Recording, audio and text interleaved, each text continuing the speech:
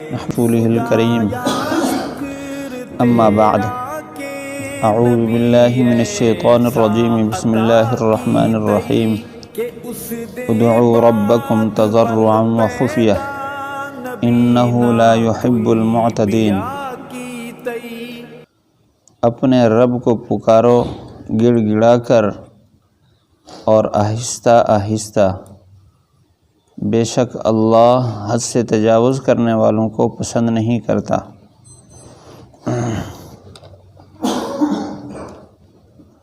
پچھلی آیت میں اللہ تعالیٰ نے اپنی قدرت کے دلائل بیان کر کے انسان کو اپنی طرف متوجہ فرمایا کہ جو آسمانوں اور زمینوں کو پیدا کرنے والا ہے اور رات اور دن اس کے قبضے میں ہیں، سورج، چاند، ستارے، سیارے سارے اس کے حکم کے تابع ہیں، ساری کائنات کو بنانے والا وہی ہے اور ساری مخلوق پر اسی کا حکم چلتا ہے۔ وہ سارے جہانوں کا رب ہے، وہ برکت والا ہے۔ ربکم شروع میں فرمایا وہ تمہارا رب ہے، وہ تمہیں پالنے والا ہے۔ اتنا بڑی قدرت والی ذات اور اتنا طاقت والی ذات، اس کے ساتھ انسان کا تعلق انسان کے لیے شرف ہے۔ اللہ نے ساری مخلوق پر انسان کو عزت عظمت عطا فرمائی ہے۔ تو اللہ تعالیٰ نے یہ آیت اپنی قدرت کے دلائل اور اپنے احسانات کو بیان کرنے کے بعد اب حکم فرمایا ہے ادعوا ربکم، کہ اپنے رب کو پکارو۔ اس لفظ میں اللہ کی انسان کے ساتھ جو محبت ہے اس محبت کا اظہار ہو رہا ہے۔ اللہ کے نبی صلی اللہ علیہ وسلم کا فرمان ہے، فرمایا کہ الخلق عیال اللہ، ساری مخلوق اللہ کا کنبہ ہے، تو اپنے رب کے ہاں زیادہ قریب وہ ہے، زیادہ محبوب وہ ہے جو اس کی مخلوق کے ساتھ زیادہ خیر خواہی کرے گا۔ یہ تو ساری مخلوق کے ساتھ معاملہ ہے، اور بندہ تو اشرف المخلوقات ہے، اور اللہ تعالیٰ نے اس کو اپنی محبت کے لیے بنایا ہے۔ اس وجہ سے اللہ جتنا بندے سے محبت رکھتا ہے مخلوق میں سے اتنا کسی سے بھی نہیں رکھتا۔ قرآن حدیث کی اس پر واضح دلائل موجود ہیں۔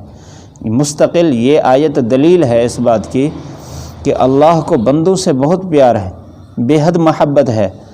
اس لیے تو پچھلی آیات میں اللہ تعالیٰ نے انسان کو اپنا تعارف کرانے کے بعد پھر یہ حکم فرمایا کہ اپنے رب کو پکارو۔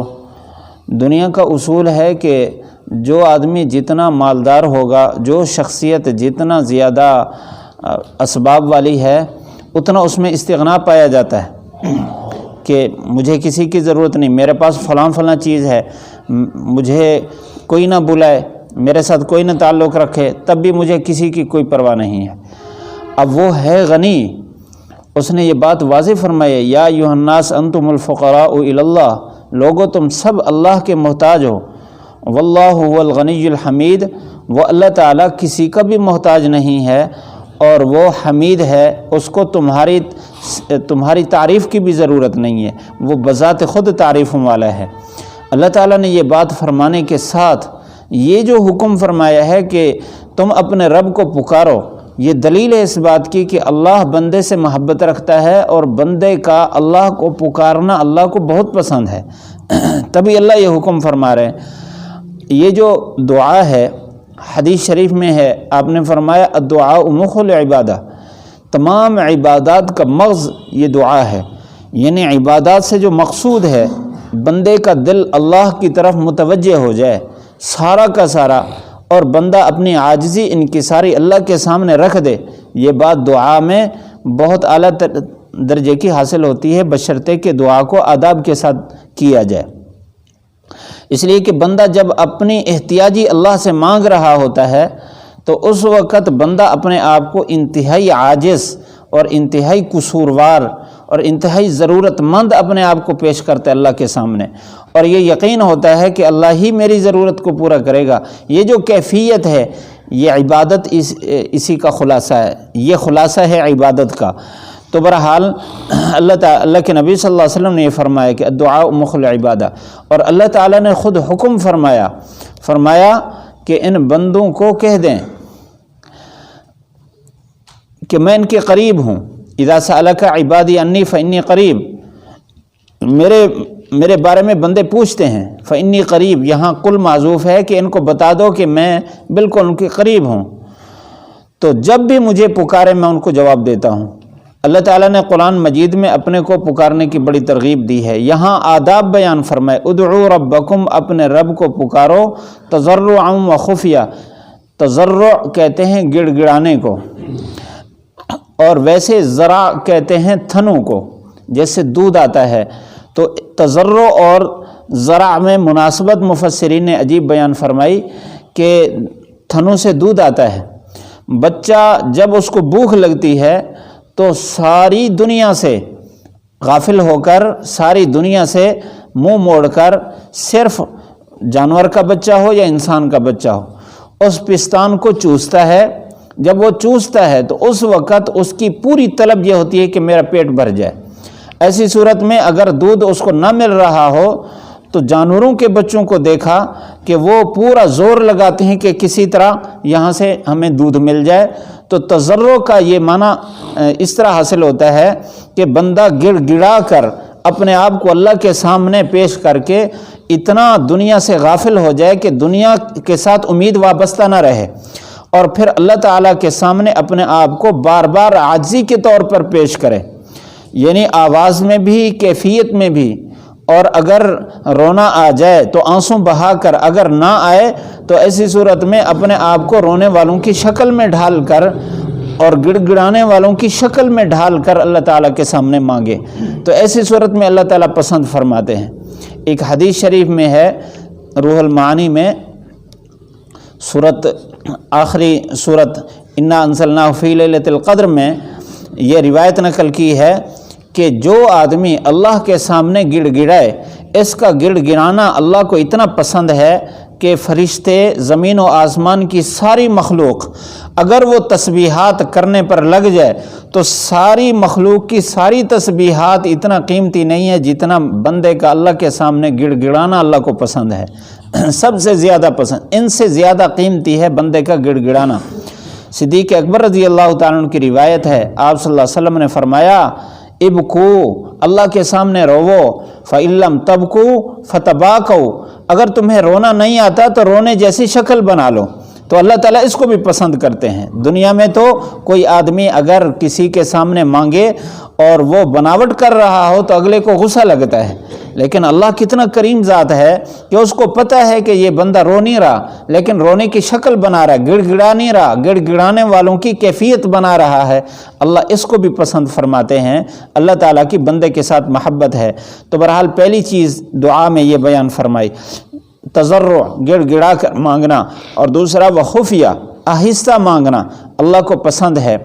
حضرت ابو موسیٰ اشعری رضی اللہ تعالیٰ عنہ کی روایت روح المعانی میں ہے کہ کچھ لوگ حضور صلی اللہ علیہ وسلم کے صحابہ زور زور سے اللہ تعالیٰ سے مانگ رہے تھے، چیخ چیخ کر مانگ رہے تھے۔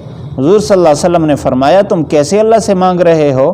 اللہ تعالیٰ تو بہرا نہیں ہے، اللہ تعالیٰ تو سننے والی ذات ہے اور عطا کرنے والی ذات ہے، وہ تو دل کی کیفیت کو بھی جانتا ہے، لہذا اللہ سے گڑ گڑا کر اور آہستہ آہستہ مانگو۔ ہاں بعض مقامات ہیں جن مقامات پر حضور صلی اللہ علیہ وسلم نے آواز سے مانگنے کو پسند فرمایا، گویا کہ اللہ کی پسند وہی ہے۔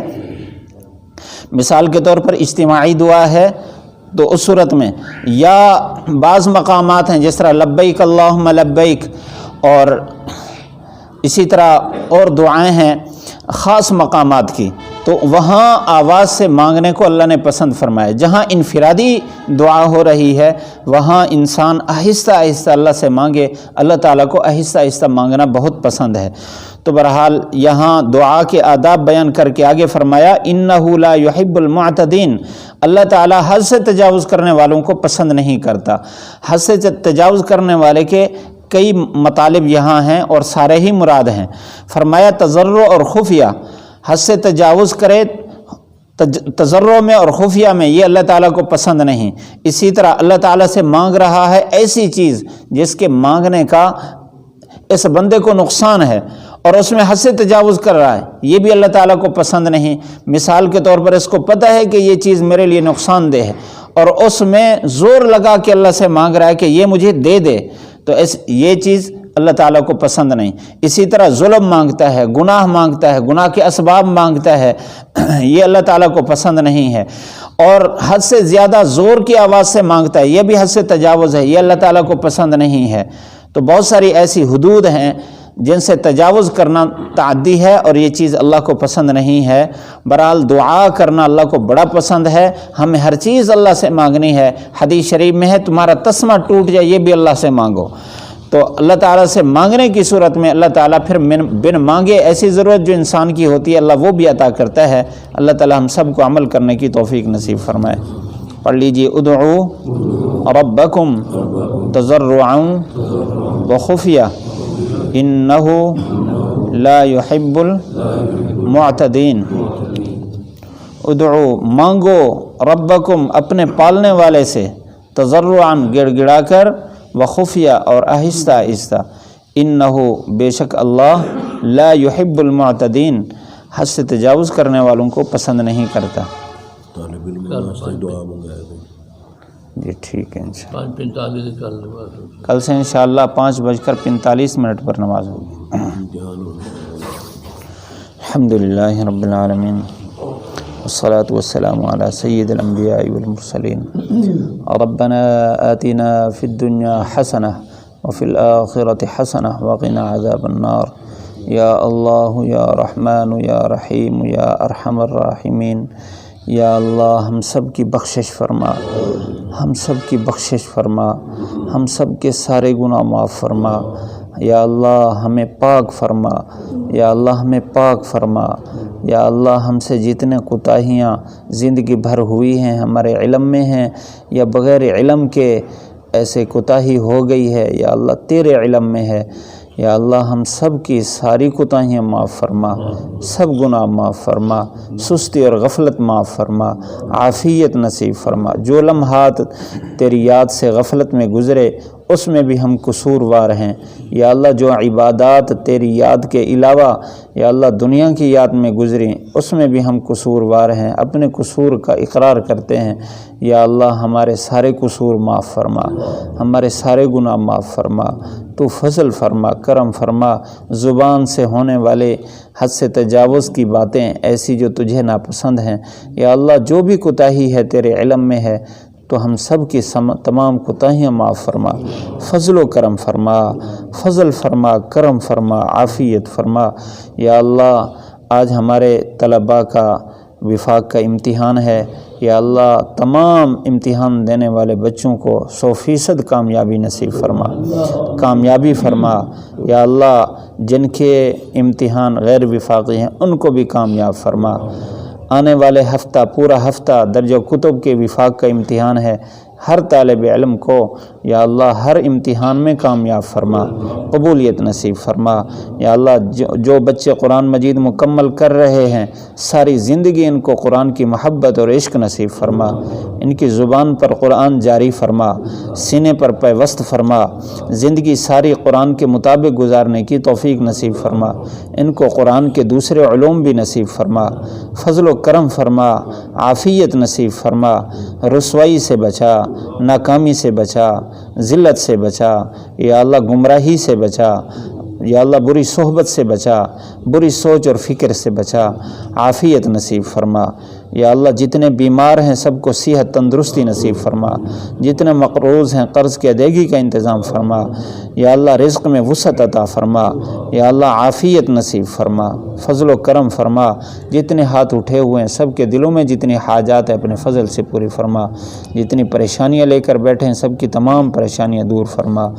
ربنا آتنا فی الدنیا حسنہ وفی الآخرۃ حسنۃ وقنا عذاب النار، وصلی اللہ تعالی علی خیر خلقہ محمد وآلہ وصحبہ اجمعین۔